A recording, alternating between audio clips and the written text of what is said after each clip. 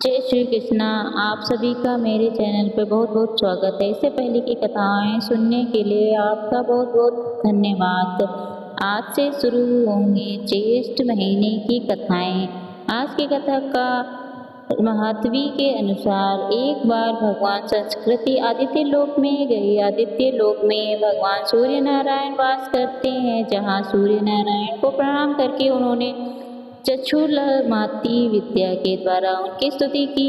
उन्होंने स्तुति की इस प्रकार: चक्षु इंद्रिय के प्रकाशक भगवान श्री सूर्य नारायण को नमस्कार है। आकाश में विचरण करने वाले सूर्य नारायण को नमस्कार है। महाशय अर्थात सहस्त्र कर्णों की भारी सी वाले भगवान श्री नारायण को नमस्कार है। तमोगुण रूप में भगवान सूर्य नारायण को नमस्कार है। रजोगुण रूप में भगवान सूर्य नारायण को नमस्कार है।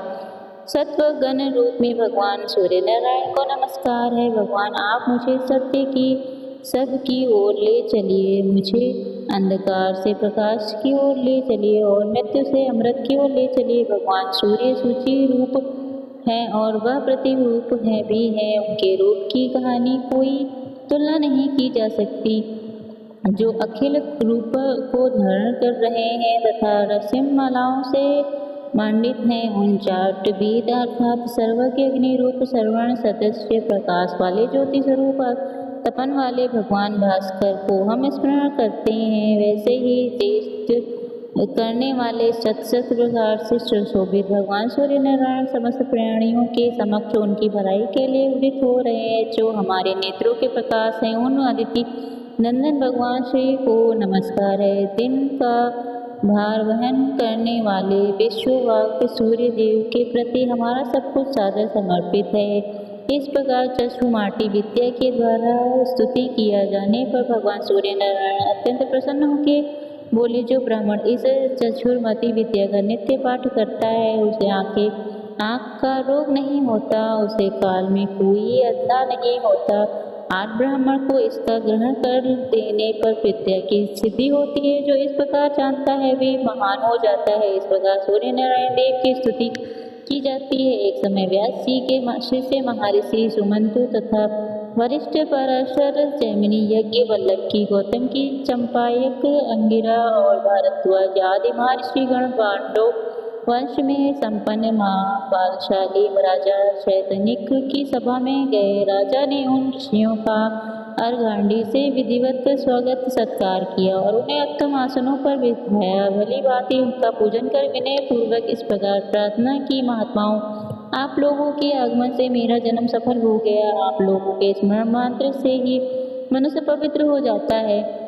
फिर आप लोग मुझे दर्शन देने के लिए यहाँ पर आए हैं, इसलिए आज मैं धन्य हो गया। प्रभु आप लोग कृपा करके उन पवित्र और पूर्णिमा की ही धर्म शास्त्र की कथाएं सुनाएं, जिनकी सुनने से मुझे परम गति की प्राप्त हो। तथा ऋषि ने कहा, राजन, इस विषय में आप हम सबके गुरु साक्षात नारायण स्वरूप भगवान वेद व्यास से निवेदन कीजिए। वे बड़े कृपालु हैं। वे सभी प्रकार के शास्त्रों के और विद्याओं के ज्ञाता हैं, जिसके श्रवण मात्र से मनुष्य सभी पापों से मुक्त हो जाता है। उस महाभारत ग्रंथ के रचयिता भी यही है। राजा शैतानी ने ऋषियों की कहानी अनुसार फिर सभी शास्त्रों के जानने वाले वेद व्यास से प्रार्थना पूर्वक जिज्ञासा की, प्रभु आप मुझे धर्ममयी पूर्ण कथाओं का श्रवण कारण जिससे मैं पवित्र हो सकूं और इस संसार सागर से मेरा उद्धार भी हो जाए। तब व्यास जी कहने लगे, राजन, या मेरा शिष्य सुमनु, तू महान तेजस्वी और समस्त शास्त्रों को ज्ञाता है, यह आपकी जिज्ञासा को अवश्य पूर्ण करेगा। मुनियों ने भी इस प्रकार बात का अनुमोदन किया। तदनंतर राजा शैतानिक ने महामुनि सुमंतु से उपदेश करने के लिए प्रार्थना की, हे तीश ज्येष्ठ, आप कृपा कर उन पूर्णिमा की कथाओं का वर्णन कीजिए, जिनसे सुनने से पाप नष्ट हो जाते हैं और शुभ फलों की प्राप्ति होती है। तब महामुनि सुमंतु कहने लगे, राजा, धर्म शास्त्र सबको पवित्र करने वाले हैं, उनके सुनने से मनुष्य हो जाता है। बताओ तुम्हारी क्या सुनने की इच्छा है। तब राजा शैतानु ने कहा, एक ब्राह्मण देव है, वे कौन से धर्म शास्त्र हैं जिनके सुनने से मनुष्य शरीर पापों से मुक्त हो जाता है। सुमन कहने लगे, राजा, मनो, विष्णु, यह अंगिरा, वरिष्ठ, दक्ष, सर्वधन, सत, ताप, पराशर, पस्तम, उष्ण, कत्यानम, बृहस्पति, गौतम, शंकर, लिखित, हरित, तथा आर्बिट्री ऋषियों द्वारा रचित मानववादी बहुत से धर्मशास्त्र हैं। इन धर्मशास्त्रों को सुनकर और उनके रहस्यों को भली भांति हृदय में आत्मसात कर मनुष्य देवलोकों में जाकर परम आनंद को प्राप्त करता है, इसमें कोई संदेह नहीं। तब सैतानी ने कहा, प्रभु जैन धर्म शास्त्रों को आपने कहा है, इन्हें मैंने सुना है, आप इन्हें सुनने की इच्छा नहीं। कृपया कर चारों वर्णों की कल्याण करने के लिए जो उपयुक्त धर्म शास्त्र हैं से मुझे बतलाइए। प्राणियों के उदय के लिए 18 महापुराण, श्री राम कथा, महाभारत आदि 7 ग्रंथ रूपी साधन मौन हो जाते हैं। 18 महापुराणों और 8 प्रकार के व्याकरणों को भली भांति समझकर सत्यवादी के पुत्र वेद व्यास जी ने महाभारत संगीत की रचना की, जिसके सुनने से मनुष्य ब्रह्म हत्या के पाप से भी मुक्त हो जाता है। इनमें 8 प्रकार के व्याकरण हैं, ब्रह्मा और रौद्र, देव, वरुण, सावित्री और वैष्णव, महापात्म, विष्णु, शिवा, भागवत, नारद, मार्कंडे, अग्नि, भविष्य, ब्रह्मा, व्यवहार्थ, लिंग, वराह, स्कंद, वामन, कूर्मा, गरुण तथा ब्रह्मांड। ये 18 महापुराण हैं, सभी चारों वर्णों के लिए उपकारक हैं। इनमें से आप क्या सुनना चाहते हैं? मैंने महाभारत सुनी है, श्री राम कथा भी सुनी है, अन्य पुराणे भी सुनी है। अब मेरी इच्छा है कि आप मुझे ज्येष्ठ महात्म में सुना दें। तब सुमन मुनि कहने लगे, राजन, आपने बहुत उत्तम बात पूछी। मैं आपके ज्येष्ठ महात्म की कथाएं सुनाता हूँ, जिनके श्रवण करने से ब्रह्मा हत्या आदि बड़े बड़े पाप नष्ट हो जाते हैं। इतना ही नहीं, अश्वमेध आदि यज्ञों का पूर्ण फल भी प्राप्त होता है। अंत में सूर्य लोक की प्राप्त होती है, इसमें कोई संदेह नहीं। उत्तम महात्म पहले ही ब्रह्मा जी द्वारा कहा गया है। सुमंत मुनि ने कहा, राजन, अब मैं तुम्हें धनवर्धन नामक वैश्य की कथा सुनाता हूँ, जिसमें उच्छिष्ट भजन अर्थात झूठ भजन किया, उसके बाद उसका क्या परिणाम हुआ, इसे भी सुनिए। सुमंत मुनि कहने लगे, राजन, सतयुग की बात है। पुष्कर क्षेत्र में धन नामक एक वैश्य रहता था। एक दिन वह ग्रीष्म ऋतु में मातेन के समय अपने वैश्य देव कर्म संपन्न कर अपने पुत्र मित्र तथा बंधु बांधवों के साथ भजन कर रहा था। इतने में ही अचानक उसे बाहर से करु शब्द सुनाई पड़ा। उस शब्द को सुनते ही वह दयावश भजन छोड़कर बाहर की ओर दौड़ा, किंतु जब तक कोई बाहर पहुंचा तब तक आवाज बंद हो गई। फिर लौटकर उसे वैश्य ने पत्र में जो छोड़ा हुआ भजन था उसका लिखा भजन करते ही उसे वैश्य की मृत्यु हो गई और इस ध्वज पर लोक में भी उसकी दुर्गति हुई। इसलिए छोड़े हुए भजन को फिर कभी नहीं गाना चाहिए।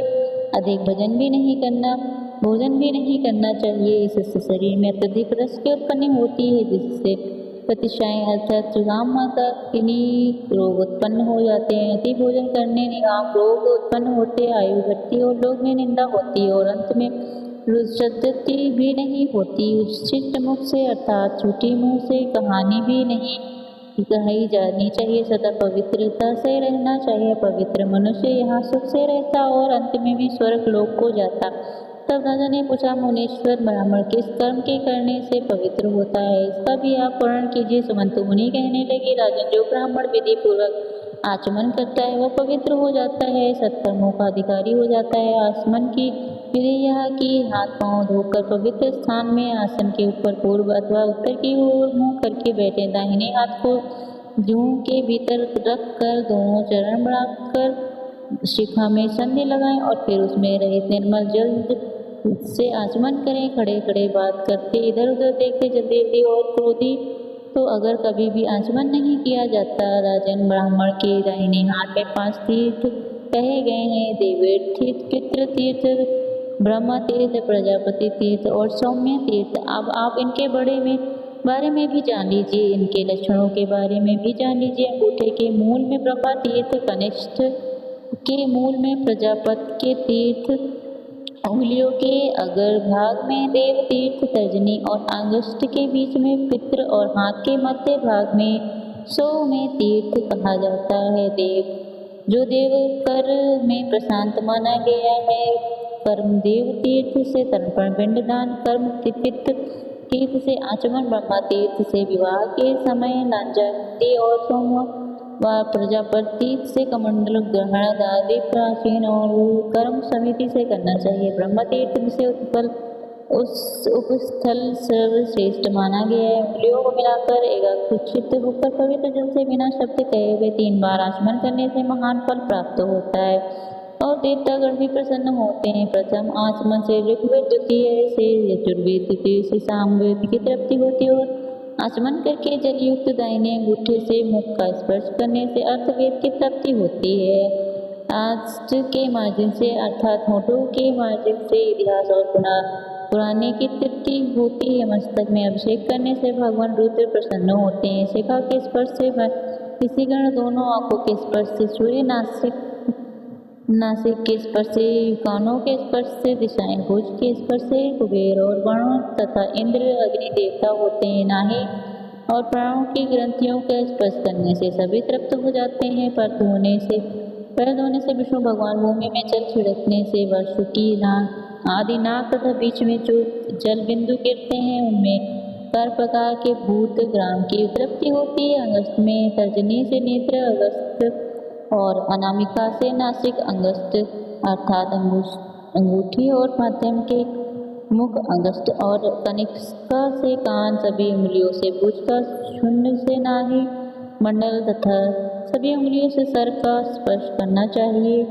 अग्नि रूप है तर्जनी, व्यूह रूप मध्यम, प्रजापति रूप अनामिका, सूर्य रूप और कनिष्का इंद्र रूप माना जाता है। इस विधि से ब्राह्मण के आचमन करने पर संपूर्ण जगत देवता और लोग तृप्त हो जाते हैं। ब्राह्मण सदा पूजनीय है क्योंकि वह सर्वदेवमय माना जाता है। ब्रह्म तीर्थ, प्रजापति देव तीर्थ से आचमन करें, परंतु पीठ से कभी भी आचमन नहीं करना चाहिए। हृदय तक जाने से ब्राह्मण की, कंठ तक जाने से क्षत्रिय की और वैश्य की, जल से प्राचीन तथा शुद्ध की जल के स्पर्श मंत्र से मात्र से ही शुद्धि हो जाती है। हरे कृष्णा। आज का अध्याय समाप्त हुआ। उम्मीद है ये वीडियो आपको पसंद आई होगी। अच्छी लगी हो तो प्लीज़ लाइक जरूर कीजिएगा और आज आपसे जितने भी भक्त कथाओं को सुन रहे हैं, आपको यह सारी कथाएं अध्याय तक जरूर सुननी चाहिए। धन्यवाद।